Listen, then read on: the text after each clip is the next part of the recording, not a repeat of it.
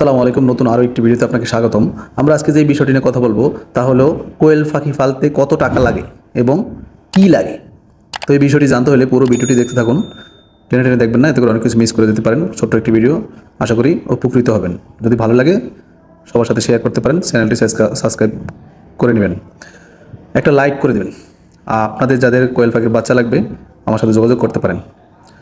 তো কোয়েল পাখি পালতে আসলে কি লাগে এই কথাটা যদি বলতে চাই, এখানে আসলে অনেক কথাই চলে আসে। তারপরেও প্রথম যেই কথাটি আসে তা হলো আপনার ইচ্ছা শক্তি। আপনার ইচ্ছা, প্রথমে আপনার ইচ্ছা লাগবে যে আমি কোয়েল পাখি লালন পালন করব, আমি কোয়েল পাখির খামার করব। তো কোয়েল পাখির খামার অনেক ধরনের আছে, অনেক মানে ধরন বলতে মানে অনেক বেশি কিংবা কম, কতগুলো দিয়ে শুরু করতেছেন কিংবা আপনার বর্তমানে কত আছে।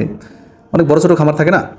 তো এখন প্রথমে কিন্তু আপনার ইচ্ছা শক্তিটা লাগবে যে আমি এই কোয়েল পাখি লালন পালন করব, আমি কোয়েল পাখির খামার করব, এখান থেকে আমি মানে এটা আমি পেশা হিসেবে নেব। ঠিক আছে, এটা আমি পেশা হিসেবে নেব, এখানে আমি আরও অনেক মানুষের কর্মসংস্থানের ব্যবস্থা করে দেবো। ঠিক আছে, তো এই চিন্তা ভাবনা কিন্তু আপনার প্রথমে থাকতে হবে যে আমি কোয়েল পাখির খামার করব, এখান থেকে আমি লাভ করব।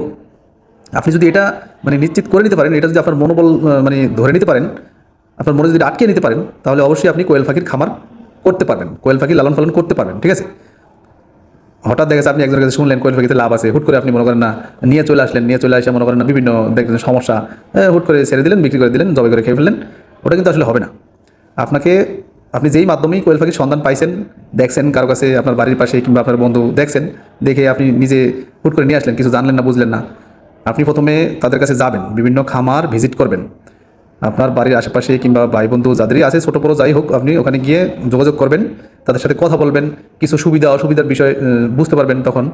তারপরে আপনি খামার শুরু করার চিন্তা ভাবনা করবেন। ঠিক আছে, কেননা এখানে একটু যাচাই করা দরকার আছে, কোথায় কীভাবে কী করলে এটা ভালো হয়, কোয়েল পাখির কী রোগ শোক আছে, কোয়েল পাখি কী খাবার খায়। ঠিক আছে, সব কিছু আপনারা আগে একটু অভিজ্ঞতা নেবেন।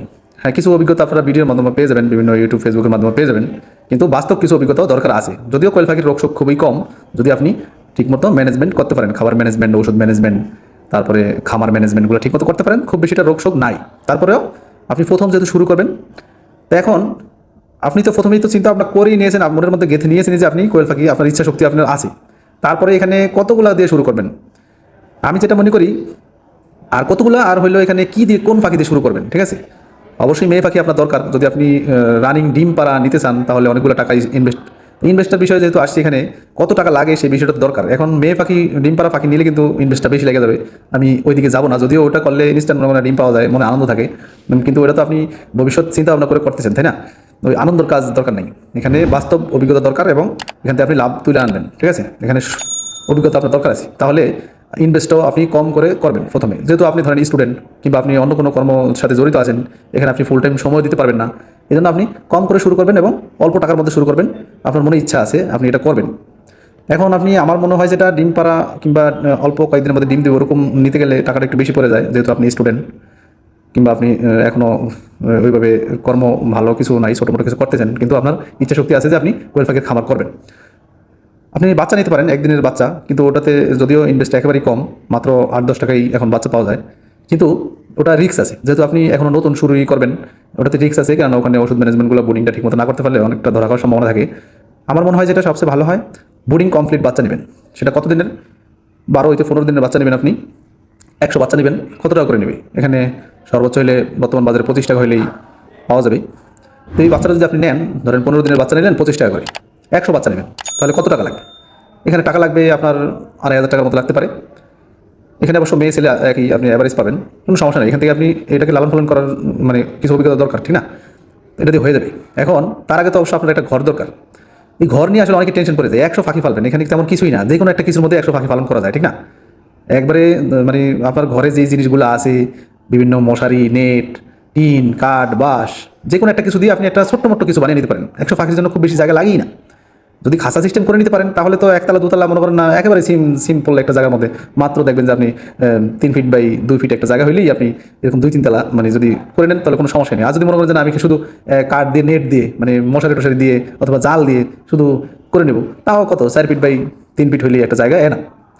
এটা যে কোনো আপনি একটা রুমের কোনায়, একটা খাটের নিচে, যে কোনো এক জায়গায় আপনি দিয়ে শুরু করতে পারেন, কোনো সমস্যা নাই। ঠিক আছে, তো আশা করি আপনারা এটা করতে পারবেন, জায়গাটা ম্যানেজ করে নিতে পারেন, কোনো সমস্যা নেই। তো তারপরে এখানে কিন্তু আসলে কোনো টাকাই লাগে না, হয়তো 100 টাকা 200 টাকা লাগতে পারে, এটা কোনো ব্যাপারই না। আর যেই ওখানে আপনার 2,500 টাকা ফাঁকি নিলেন, এটাই হলো আপনার ইনভেস্ট, ঠিক আছে। আর যেই ওষুধ ম্যানেজমেন্ট কিংবা খাবার ম্যানেজমেন্ট লাগবে, যেই কটা টাকা লাগবে, ওটা আপনার পকেট খরচ থেকেই হয়ে যাবে, ঠিক আছে। আপনার যে পকেট খরচ থাকে না, ওখান থেকেই কিন্তু চলে আসবে, খুব বেশি একটা টাকা লাগে না। তারপর এটা আপনি আস্তে ধীরে লালন পালন করলেন, ওখান থেকে আপনি বুঝলেন যে কেমন পাখি কী আসে বিষয়, আর যার থেকে নিয়ে আসবেন সে কিন্তু আপনাকে বিভিন্ন, তার সাথে যোগাযোগ রাখবেন, সে আপনাকে অনেক সুবিধা অসুবিধার বিষয়গুলো জানাবেন তাকে, সে আপনাকে বলে দিবে এইভাবে এইভাবে খাবার ম্যানেজমেন্ট করেন, এইভাবে আপনি ওষুধ ম্যানেজমেন্ট করেন।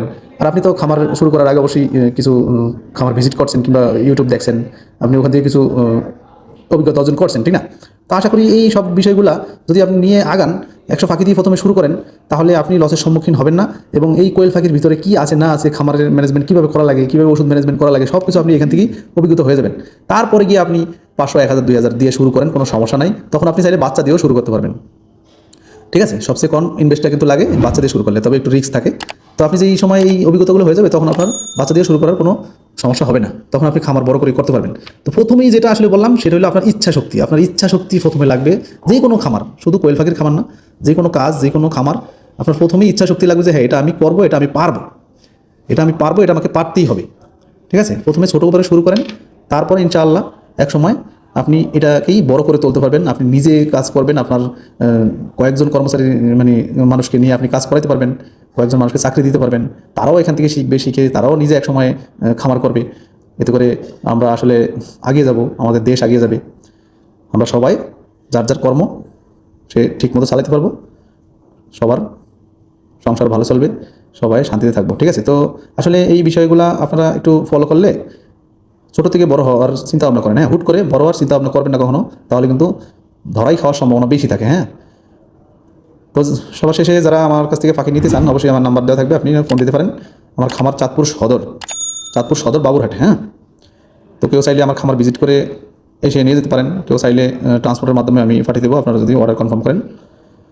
ঠিক আছে, সবাই ভালো থাকবেন, আসসালামু আলাইকুম।